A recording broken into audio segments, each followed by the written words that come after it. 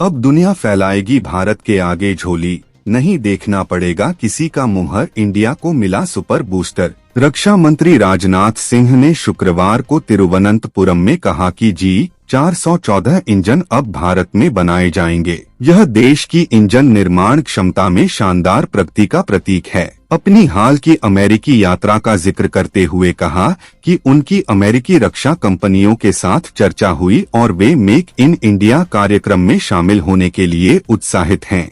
अगर आप भी इंडिया से प्यार करते हैं तो वीडियो को लाइक और चैनल को सब्सक्राइब कर दे प्लीज। भारत अब लगातार अपनी सैन्य शक्ति में इजाफा कर रहा है।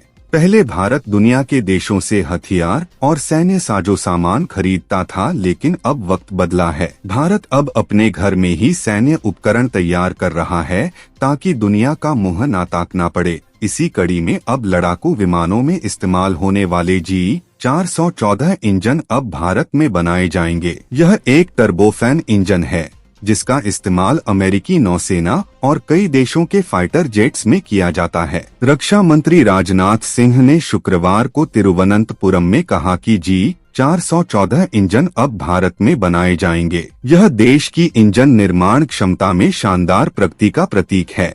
अपनी हाल की अमेरिकी यात्रा का जिक्र करते हुए कहा कि उनकी अमेरिकी रक्षा कंपनियों के साथ चर्चा हुई और वे मेक इन इंडिया कार्यक्रम में शामिल होने के लिए उत्साहित हैं। उन्होंने कहा कि एक समय था जब देश रक्षा जरूरतों को पूरा करने के लिए अन्य देशों पर निर्भर था। लगभग 65 से 70% रक्षा उपकरण दूसरे देशों से मंगवाए किए जाते थे।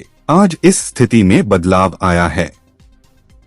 अब 65% निर्माण भारत की धरती पर किया जा रहा है और केवल 35% आयात किया जा रहा है। रक्षा मंत्री ने कहा कि सालाना रक्षा उत्पादन 1.27 लाख करोड़ रुपए को पार कर गया है। इस वित्त वर्ष में इसे 1.75 लाख करोड़ रुपए तक पहुंचाने का लक्ष्य है। उन्होंने विश्वास जताया कि रक्षा मंत्रालय 2029 तक 3 लाख करोड़ रुपए के रक्षा उत्पादन का लक्ष्य हासिल कर लेगा। उन्होंने कहा, आज हम भारत में बने रक्षा उपकरणों का निर्यात भी कर रहे हैं।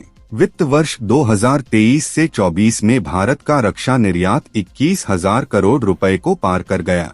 हमारा लक्ष्य 2029 तक रक्षा निर्यात को बढ़ाकर 50,000 करोड़ रुपए तक ले जाना है। सशस्त्र बलों में महिलाओं की बढ़ती भूमिका पर राजनाथ सिंह ने कहा कि सेना में महिलाओं की एंट्री की तमाम रुकावटें दूर कर दी गई हैं। उन्होंने कहा, हमने सशस्त्र बलों के तीनों अंगों में महिलाओं की भागीदारी बढ़ाई है। महिलाओं के लिए स्थायी कमीशन की अनुमति दी गई है।